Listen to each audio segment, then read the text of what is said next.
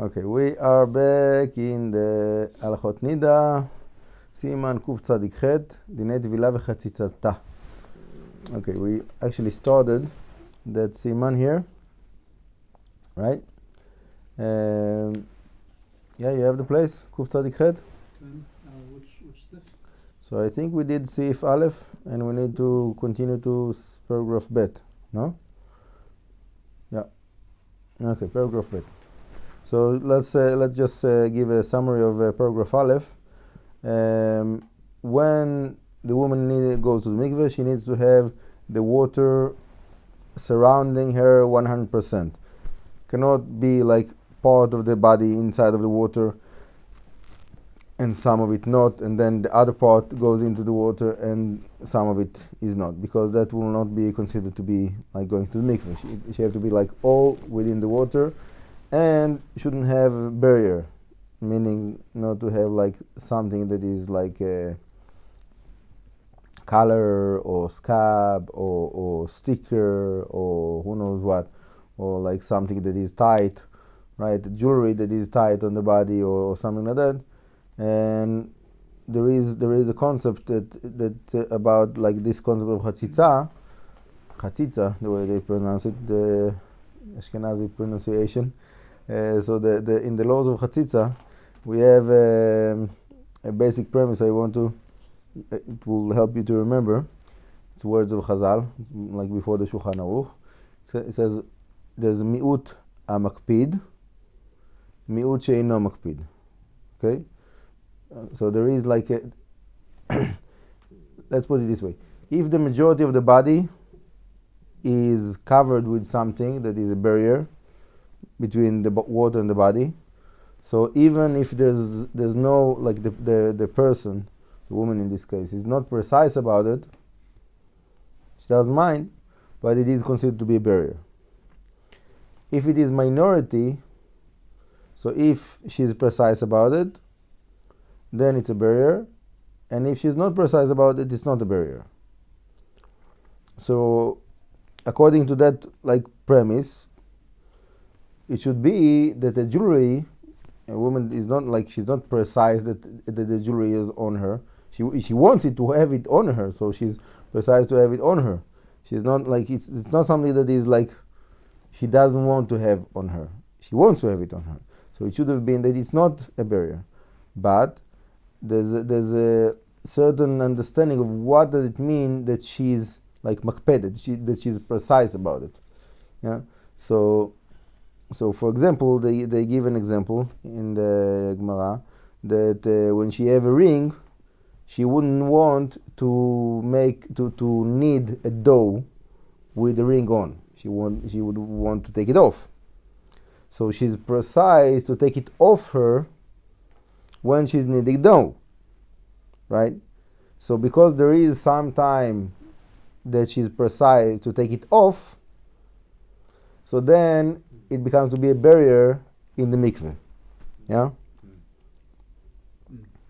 And by the way, the laws of chatzitza are also the same for netilat yadayim. When you're washing hands for bread, so the same things that are chatzitza for a woman in the mikveh in all of the body, so it is chatzitza for anyone that wants to wash hands for bread.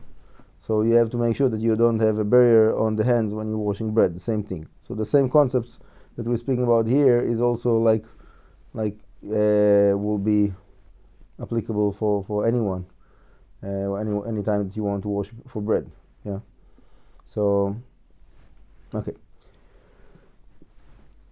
So bottom line, the Rama says that even though things that are not a barrier, the woman should not have on her, because then you start to discuss like what exactly is the things that are like that are precise. She's precise. The world is precise. If she says I'm not precise, but really she is precise, or maybe she's really not precise, but the world is precise, and maybe we say batla da'ata, that her opinion is nullified in the opinion of the world. For example, when someone to have some kind of dirtiness, whatever, like grease on the hand. So most of the world will be precise about it, right? Most of the people don't want to have like grease on them. They get dirty from grease. They will make sure to remove it somehow. Somebody comes and he says, "No, I'm not precise about it. It's not a barrier for me. Fine, I don't mind to have like my hands like dirty from grease." So we tell him, "Come on, you really believe it? You don't mind? You're not going to wash your hands?" No, it's fine. So if it's his profession that he's like mechanic guy, all the day he have like grease on his hands, okay, maybe, someone that's his profession, so we can hear that he's not precise about it. But normal people, someone that is like whatever, like, doing anything else besides of putting his hands in grease all day long. So people don't want to have grease on them. So even though he says that he doesn't mind, but we tell him, like, your opinion nullifies in the opinion of the world. The world is precise about it, so it's called chatzitza, it's called barrier. Okay? So the same thing for the woman. Even if, it can be that, for example, we spoke a little bit about, did we speak about like the hairs? Yes. We did speak about the hairs. Yes. So we did also paragraph bet. Right, so for example, there's people that they have their, like, the hairs, braids, but I'm talking about like, how they call it, dreadlocks? Rasta? Yeah, Dreadlocks. You know what I'm talking about? Yeah. So like, there's many men, like in Africa, people go with the today also, like many hippies I don't know, today, it used to be like a fashion in the past. What? People still have it today. Still have it today. Yeah, so someone like a lady comes like that to the mikveh. So it's a question, because most of the people in the world, they wouldn't want their hairs to be like that, right? But for her, she's not precise about it. You see it, like she goes like that all day, all the time. That's like, for her, it's like she doesn't want to take it off. Yeah, but it becomes to be like a halachic question here. So I'm not coming to say like psak halacha about dreadlocks right now, but I'm saying it's not simple to let her to go with the hairs like that. She cannot comb the hair, She it's impossible to comb the hair when there's someone having like those dreadlocks. So there's nothing to comb, So it becomes to be like a big question in like a halacha if a woman like that wants to go to the mikveh. So if she says, I don't mind, but there's a good side to say, even though you say you don't mind, but the world minds, most of the world wouldn't want to go like that. So your opinion will be nullified. Okay? So obviously, if you have like a woman that she's, semi-religious, and she would prefer not to go to the mikveh, and not because she doesn't want to cut her hair, to cut those dreadlocks. So probably, like many rabbis, will be lenient. Okay, so for her, like, she's permitted because for her she goes like that and she's not precise about it. But if it's a woman that will really listen, so to make it like lechatchila, so for sure, the recommendation will be that she have to cut it. And to be able to comb the hair, like we see in the halacha, that is very important to about the hair, because that's the opinion of most of the world. Okay, so I am taking that only as an example, but there's many other things like that many people will be precise about it, but that specific person, like, that's the way like he wants to go around. Yeah. Mm-hmm. Okay. So where did we get to actually? Now I'm not sure anymore. We did paragraph. Oh, okay. I see that we did also paragraph A. I think we finished in paragraph A. I think that was the last one that we did, which is exactly about this point about like combing the hair, and that the hairs cannot be like tied together one to another or one for itself. We talked about this. Right? We spoke about it. So I think we got to paragraph 5. So let's start there. שיער שכנגד הלב ושבזקן הנדבק מחמת זיעה. Okay? there is usually it will be by men, but it can be also women that have hair on the chest or beard. There was a woman that she was like a family friend that she was divorced, and so she would do kiddush for herself and havdalah for herself. And by Moroccan people, there's a like very very strong like belief that like when you drink from the havdalah, so it's a sgula to make the beard to grow. So, and she said that she actually saw every time she did havdalah, she was drinking the cup of the havdalah, and the next day she saw another hair, like beard hair on her, and she got very very upset on that. And in a certain point, she accepted on herself. She said, "Hashem, I'm not going to drink the havdalah anymore. I will always look for a man that will drink that will do havdalah for me. That he will drink the havdalah cup." It was like it's a burden to every time to go to look for someone that will do havdalah for her. She doesn't want to. But she said that when she said it, all those hairs fell down. Amazing. She said it like I heard it from her, like in person. Very very interesting. So after I do havdalah, I give my son to drink, and I tell him that B'ezrat Hashem that he will have a big beard. Okay. Anyhow.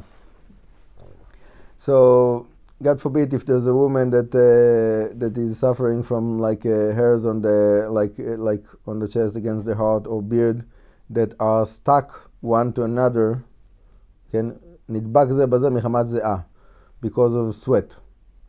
So that obviously will be a barrier. Yeah? That obviously will be a barrier. שבראש, שבבית השחי, אינו חוצץ. If it's in the head, or how do you say, like under the arm? Under the arm? Armpits. Armpits? Armpits. Yeah. If it's the armpits, it's not a barrier, because that's like normal by most of the people. שבאותו מקום, between the legs, באיש אינו חוצץ. By men, it's not a barrier. ובאישה נשואה חוצץ. By a married woman, it is a barrier. ופנויה אינו חוצץ. By a non-married woman, it's not a barrier. So today a non-married woman will not go to the mikveh, but in the old times, in time of the Bet Mikdash, so people would want to be pure because they want to come into the Bet Mikdash pure. So the ladies would go to the mikveh even though they are not married, to be pure, to be able to come to the Bet Mikdash and to deal with sacrifices, to prepare like different sacrifices, whatever. So anyhow, today the law is that a non-married woman should not go to the mikveh, because she might feel like that she's pure, so she can do something that is supposed to be done by married people. Okay. Anyhow, let's see the רמה. אותן שיש להם כמין קליעות שערות דבוקות זו בזו, ונעשים בלילה על ידי ש"ד, וסכנה לאסירם לא חייצי. Now I remember that, but I didn't remember that. We just spoke about dreadlocks. So what is describing here is about dreadlocks. And he says that those like kind of like braided hair that happens by itself. So he says it happens in the night by a demon. Okay? And he says it's dangerous to remove it, and therefore it's not a chatzitza. It's not a barrier. Okay, so there's a clear halacha that dreadlocks are not a barrier. Okay, very interesting.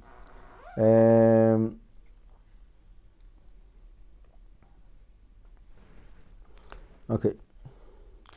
You know that the same thing happens also like by men's many times in the beard. I don't know if you happen to saw I saw like few rabbis that had like dreadlocks on their beard. I saw that a few times, and but in my beard I saw a few times that it started to happen, but I was like able to open it up like with the fingers, and it didn't come back, Baruch Hashem. But you see that it's not so simple. Anyhow, מהר היטב. ט' שבראש לפי שאין אדם מקפיד עליו. So the hairs of the head that are stuck together because of sweat, so usually people are not precise about it. י' מהר היטב בנשואה שמקפדת שלא תגנה על בעלה. So the hairs between the legs by a married woman, so she's precise because she doesn't want her husband to be disgusted. אבל איש ופנויה, but a man or non-married woman, usually are not precise about it. כתב הבח ודווקא פנויה גמורה, אבל אם הייתה נשואה, דומיה דפנויה, כגון שאין בעלה מקפיד על זה, אפילו אחי רוצת, אז לנו בתר רוב הנשואות. So that's what we say that sometimes we say that the opinion of the person himself is nullified. So let's say you have a married woman that she says, I don't mind to have like this hair sticks one to another because my husband doesn't care. So the whole reason it says that the married woman, she's precise because she doesn't want her husband to be disgusted. But for me, my husband told me he's not disgusted by that. So I'm not precise about it. Okay? So what's the answer? But la data. Your opinion is nullified. The majority of the world is precise about it, so it becomes to be chatzitza. It's a barrier. So you can't go to the mikveh like that. Okay?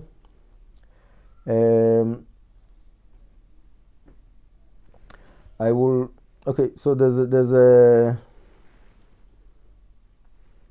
practically there is many ladies that before they will go to the mikveh, they will go to a place that they do to remove hair, laser wax. Yeah, all kinds of things like that. So there's many ladies that they one day or 2 days before the mikveh, they will go to a place like that to remove the hair, and obviously the hairs of the head, so they have to comb and to wash properly before the mikveh itself. But I'm talking about the hair in the rest of the body, like we just read in this paragraph, and specifically about the hairs between the legs. So what I understand that the world and the custom of the Sephardi world is to remove it every time before the mikveh, and in the Ashkenaz world, no. Okay, it's not like 100%. There is exceptions also by the Sephardim, also by the Ashkenazim, but generally that's kind of the custom as far as I heard in that. Okay, even though it's not written here, but it's a question for a Sephardi woman that she doesn't want to follow this custom. She doesn't want to remove the hair. Is it we say batla data? Her opinion is nullified and she has to remove the hair, otherwise it will be a barrier. So the simple understanding is as long as the hairs are not stuck one to another, so it's not a barrier. Yeah.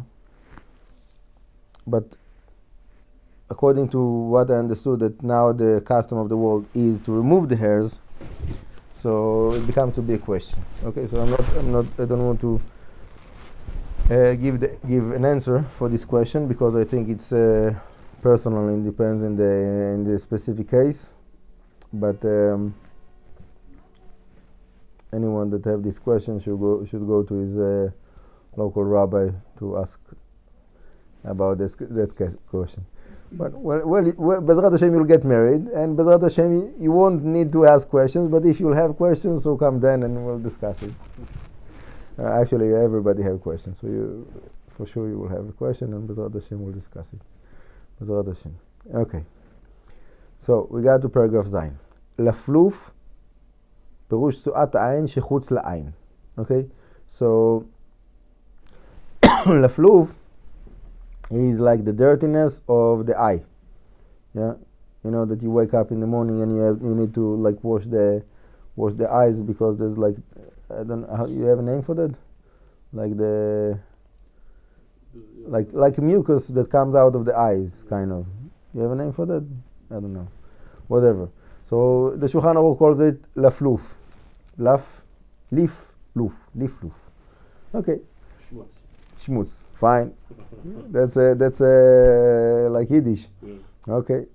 Baruch Hashem. The Sfaradim are speaking Yiddish now. And okay. The lifluf is, I guess it's a Sephardic way to say it. So if it is out, it came out of the eye. Okay. שחוץ לעין. חוצץ אפילו לך. So that will be a barrier even though it is wet. Yeah, even though it's wet, it's not dry, still it is a barrier. Lefluf שבעין, but if it is inside of the eye, didn't came out of the eye, אינו חוצץ, ואם היבש חוצץ. So then if it is wet, it will not be a barrier, and if it got dry, then it's a barrier. Okay? והוא שהתחיל להוריק. Okay, I'm not sure exactly. Again, first of all, I'll translate like literally that lafluf started to be greenish. Yeah, lehorik. So I told you before that the word yarok that we usually translate as green, so many times in the Gemara it is actually yellow, which is more fitting. Yeah, like because it's kind of a pus, like that waste of the eye, like it's a certain pus. So pus many times like tilt to yellow.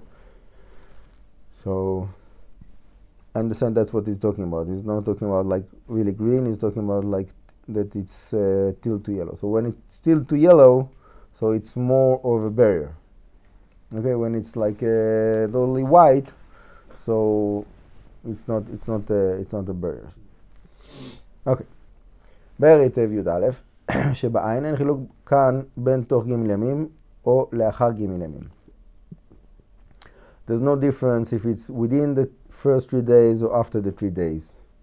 So the 3 days that he's talking about is like within, like for that pus that comes out of the eye. Yeah. So אוקיי. י"ב, חוצץ, כתב השח, נראה דהיינו איכה שאפשר דתטבול שנית, יש להחמיר. אבל איכה דלא אפשר, ודאי כדאי, הם רוב גדולי הפוסקים לסמוך עליהם, שפסקו את הטהרות, דווקא יתמר ולא לבעלה. So even though we said that it will be a barrier when it's dry, when it sticks out, no, when it's still in the eye, it will be a barrier when it's dry. So the Shach says, if she can remove it and go to the mikveh again, very good, she should do it. But if she can't go to the mikveh again, for whatever reason, so there is many poskim that we can rely on that are lenient about a woman that goes to the mikveh for her husband. And they say that this concept was said about a woman that goes to the mikveh to be able to go to the Bet Mikdash. Okay? ח' ככל שבעין אינו חוצץ, ושחוץ לעין חוצץ.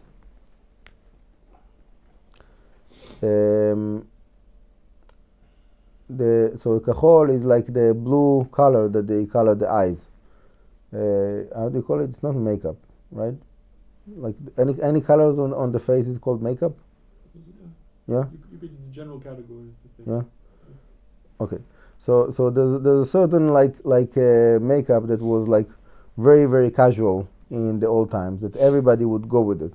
Today, like you have like many ladies that are like putting on like colors like that on the face, like makeup, but I think that like in the old times, like the blue on the eyes, it was like kind of a very, very like casual, much more than today.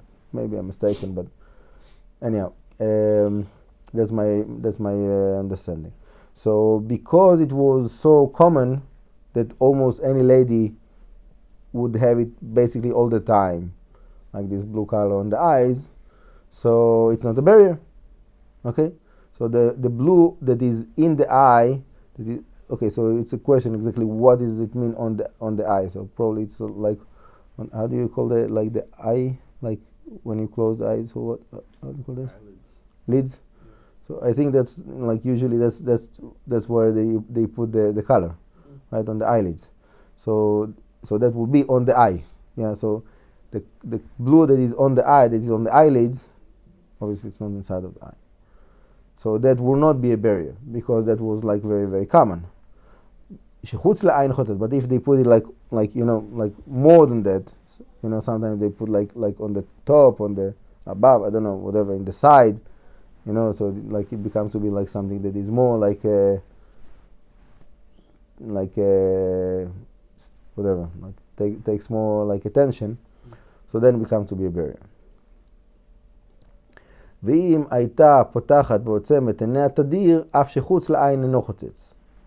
Okay, if she opens and closes her eyes constantly, so also outside of the eye, it will not be a barrier. Okay, again, what does it mean like to close and open the eye like constantly? Everybody are opening and closing the eye constantly.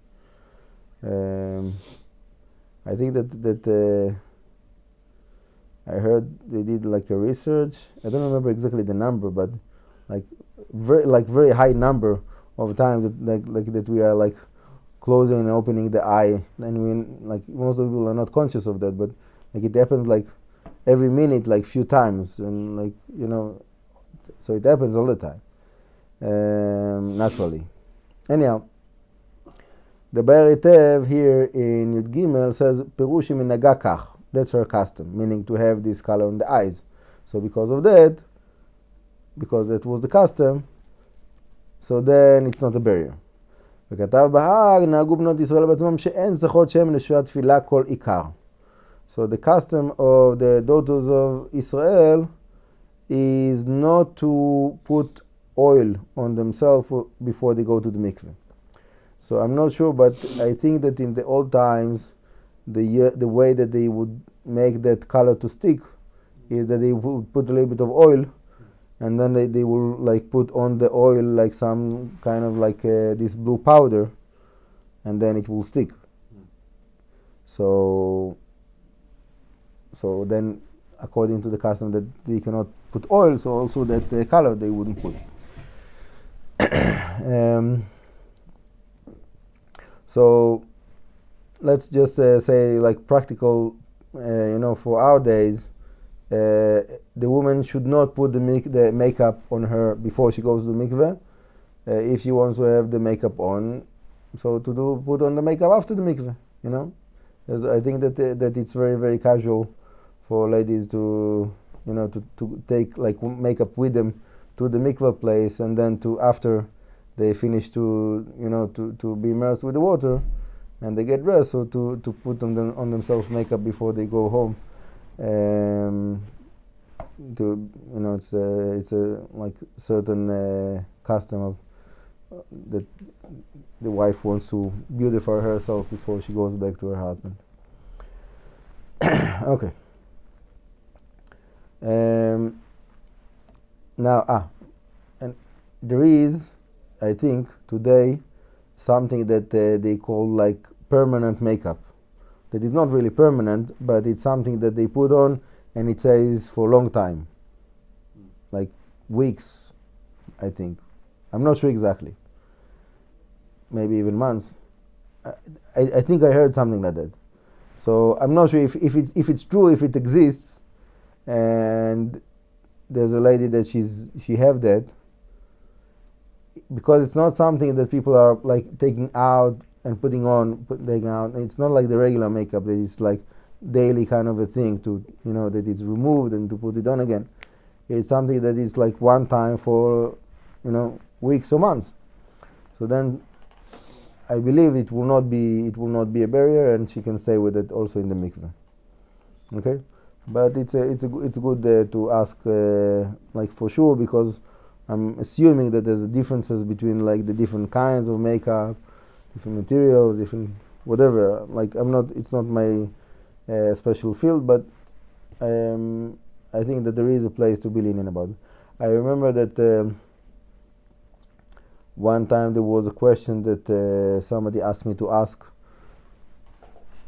for a woman that was not religious, and she wanted to go to the mikveh for her wedding, because in Israel to get married through the Rabbanut, so the woman have to bring like a note that she went to the mikveh. So even the non-religious people, so usually for the first time on the wedding, the woman will go to the mikveh. So the question was about nail polish. Yeah, which is basically the same like makeup in a way. Contact lenses. So there the question was about nail polish, but the point is that it's like kind of permanent nail polish, that they put it for like, and it stays for like whatever, like couple of months, 3 months, whatever it is. And the answer was that it's not a barrier. She can go with it.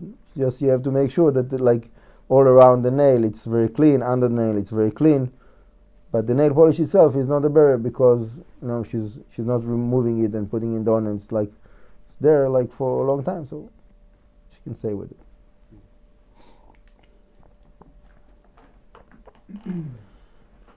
Okay. ט' דם יבש שעל המכה חוצץ.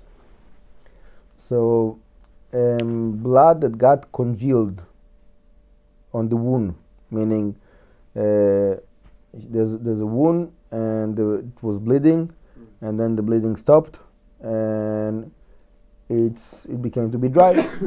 Yeah, so it's a barrier. Now obviously it's a big issue. So what do you do? Yeah, right.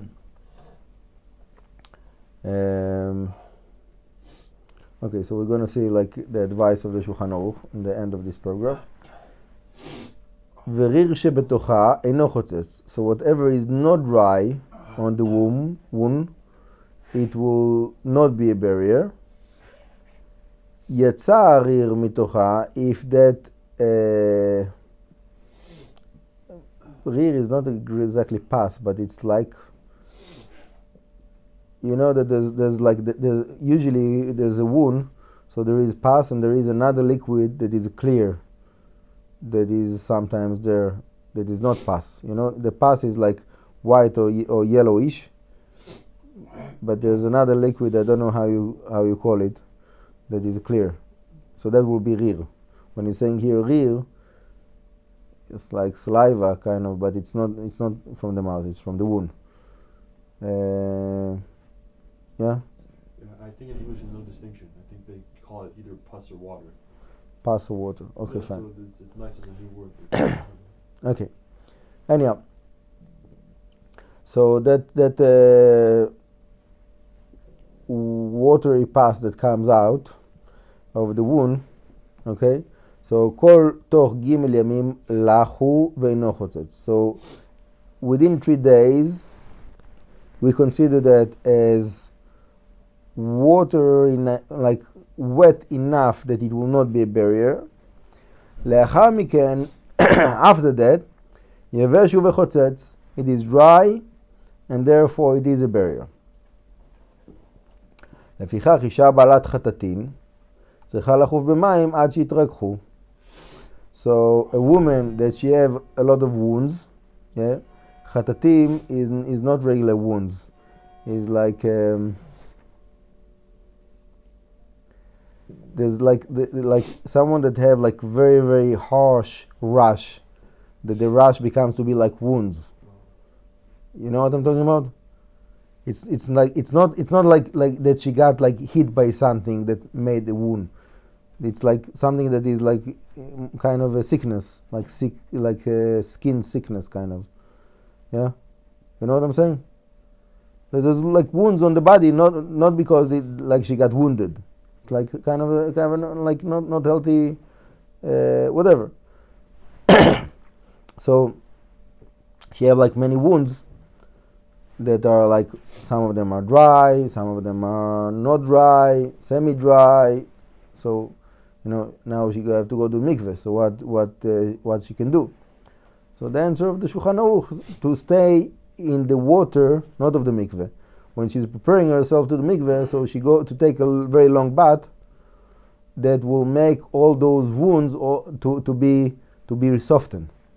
So all of those wounds that got like dry after a long bath, specifically if it's hot water, so it will get like soft, and then it will not be a barrier. Okay? באר היטב, ריר, פירוש שהוסר הגליד מעליה. Okay, so you have somebody that have a wound, and there's a scab, scab on the wound, that it got dry, and then if Chas v'Shalom they are like scratching themselves and removing the scab, so under the scab it will be like, it can be blood, but it can be like that kind of rear, that kind of like watery like pus that we spoke about before, yeah?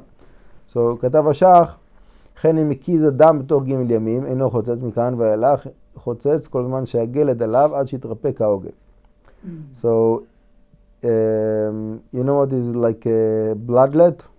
Yeah. Letting blood? That they used to do as medicine in the past.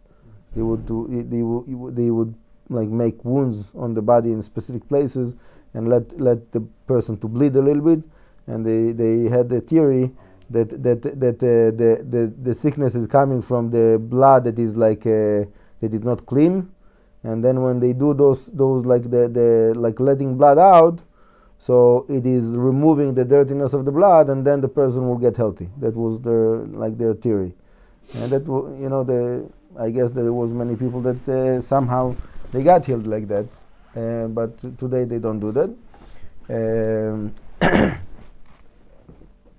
But anyhow, in a case like that she had to let blood, so obviously to do the cut is making a wound, right?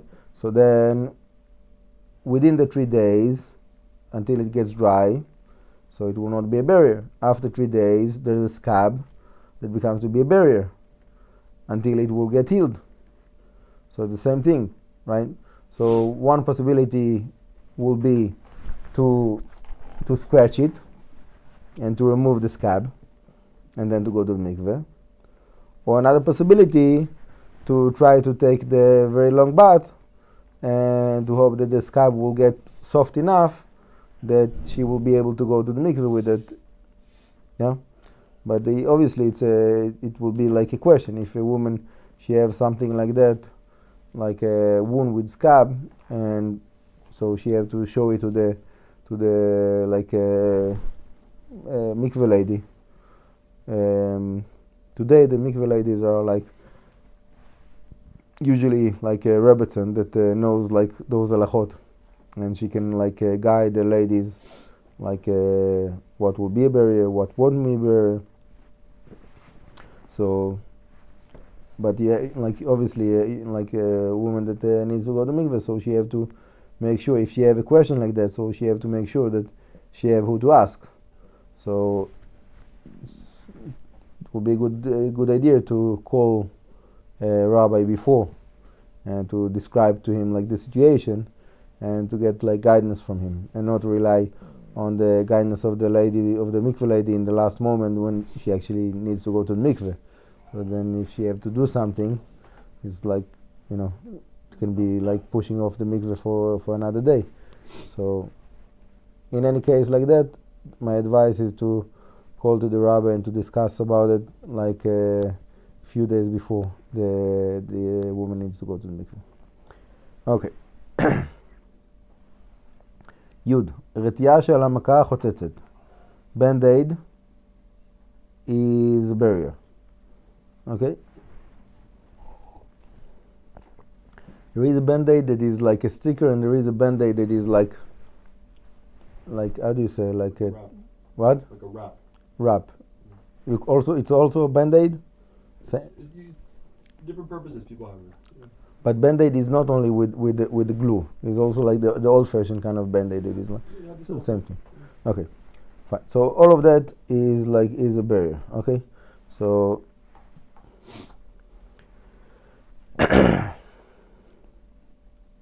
so let's say like this: a woman that she have like a wound that she had to put like a band-aid on, and now she had to go to mikveh. So again, it will be like a question to the rabbi, but simply putting, she will have to remove the band-aid and to have it like open when she's going to the bath as preparation for the mikveh, and to clean the wound as much as she can with hot water and soap and so on, and then after the mikveh, then she can put the band-aid again on that. Okay. י"א חץ או קוץ התחוב בבשר. Okay, quite serious, yeah. If you have like an arrow stuck in like somewhere in the body, or even a thorn, yeah, arrow or thorn that is like in the flesh. אם נראה בחוץ, if it can be seen like from outside, it's a barrier. ואם אינו נראה, אינו חוצץ. If it's not seen, it's not a barrier. So, you know that like sometimes people have like a thorn coming in, and it gets like broken, and it's inside, and you don't see it from outside. Yeah, it might be painful, but it's not something that is noticeable. You can't see it. Yeah? Mm-hmm. So that is not a barrier. But if it sticks out, so then it's a barrier, yeah? באר היטב ט"ו אינו חוצץ, בטור סיים אם עלה עליו קרום שעל הבשר וכל עניין אינו חוצץ. If there is some kind of a membrane that covers it, so it will not be a barrier. פירוש אפילו אם נראה תחת קרום. So even though the membrane is very thin and you can see the thorn under, but still it's not a barrier. אוקיי? וכתב השח, בבית יוסף נסתפק בפירוש אינו נראה, ונראה לי לחומרה, דהיינו כלשהו שווה לבשר, קרוי נראה. כשהוא משוקע, אבי אינו נראה. So the shach is saying a little bit different, because there's a doubt what exactly is the definition of seen or not seen. So he says, if it is like equal with the flesh, it is seen. If it is under the flesh, it's not seen. משמע אם הוא משוקע, אף על פי שנראה עץ מונח בבשר הפנימי. So he says, even though you can see that like piece of wood of the thorn inside, שדחוף בו, אינו נראה, מקרי, so it's still called not seen. כיוון שאינו בשווה לבשר, because it's not in the same height of the flesh. י"ב לכלוכי צואה של הבשר מחמת זיעה אינם חוצצים, נגלד כגליד חוצץ. So the literal translation of לכלוכי צואה will be like feces, but I don't think he's really talking about feces. He's talking about like when someone is like sweating and the dust many times get like stuck with the sweat, and then it becomes to be like dirtiness. Yeah, so you know what I'm talking about? That you can like sometimes like when you rub like the fingers very hard, so you have like some kind of dirtiness that is like coming out, right? So that's those I think that's what he's talking about. It's called the shluchei tzoah, that is on the flesh because of sweat. Okay, so it's not something that is like, it's not noticeable, and if you're not like really like rubbing it out, like no one will notice it. So therefore it's not a barrier. Niglad k'glid chotetz. But if it becomes to be like thick, that you can feel it, so you like the skin is not smooth because of that, because it has like the dirtiness, so then it is a barrier. Gimel milmulin she'al habasar chotetzin. So what is milmulin? So it's basically the same thing that I said before, but here it's not because of sweat. Look on the באר היטב. מלמולין, פירוש שאדם מגבל טיט או לש עיסה ומשפשף ידיו זו בזו, ונופל מהם כמו חוטין, נופלים על בשרה, חוצצין. So if someone is working with clay, mud, dough, plaster, for all kinds of things like that are making the hands like dirty, so then even after he washes the hands, sometimes there's some like remains that are there, that if he will like scrub his hands very strongly, it will be removed. So that will be a barrier. Okay? י"ד, טיט היוון וטיט היוצרים וטיט דרכים הנמצא שם תמיד, אפילו בימות החמה, כל אלו חוצצין. So tit is basically mud. So there is like different kinds of mud. So I'm not sure how to translate like all of those different kinds of mud. But tit hayavan is like some kind of mud that is like, I believe, a certain kind of clay that is like very thick. And tit hayotzrim is like another kind of clay that is more like smooth. Tit drachim is like mud that is found on the way, and like when you have like a way that is not like a road like we have today.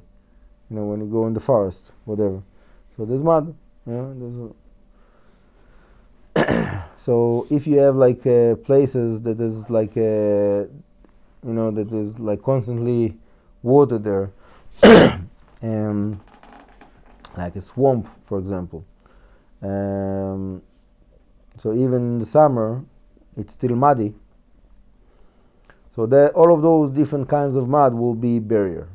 If the woman have something like that on her, she cannot go to mikvah until she will remove it. משאר כל הטיט, שהולך אינו חוצץ, any kind of other kind of mud that is very wet will not be a barrier, because that will be removed by the water. But if it is dry on her, then it will be a barrier. And it says in the Rama, afilu bedavar lach chotetz. If she's precise about it, so even when it's wet, it will be a barrier. Okay, so that's today. I think that the vast majority of the people of the world will be like precise about like being dirty from mud. So obviously it will be a barrier. But okay, we'll see it further on in the next siman, I believe, about like a case that the woman goes to the mikveh and it's not like a neat and tidy mikveh like we have today. It's like a natural mikveh, in the nature. So sometimes you go to like a pond or lake or something like that, and there's mud on the floor, so to go into the water, you're stepping in the mud, right? So if the woman doesn't have like a way of going to the like regular city hall mikveh, and she goes in a natural mikveh like that, so then it becomes to be a question, because she's stepping in the mud, and the mud is like on the legs, and then she wants that it will be counted as a mikveh, and it's a little bit hard to rub and remove the mud inside of the water. So the simple solution will be to rely on the Shulchan Aruch that says that when it's wet, it's not a barrier, right? But then, according to the Rama, that if she's precise about it, even though it's wet, it is a barrier. So it seems to be that for the Sfaradim it will be easier to go to a natural mikveh, and for Ashkenazim it will be like more challenging. And I believe that in that next siman that we'll speak about going to the mikveh, so we will see there an advice that if she have to go to a place like that there's mud on the bottom, so to find like pieces of wood that and or stones, and to drop them into the water, and that she will step on them and not inside of the mud, and then in like that she can she won't get herself into this problem of the making the mud to be a barrier. Okay, we'll hold it here for today. Baruch Adonai Le'olam, Amen v'Amen.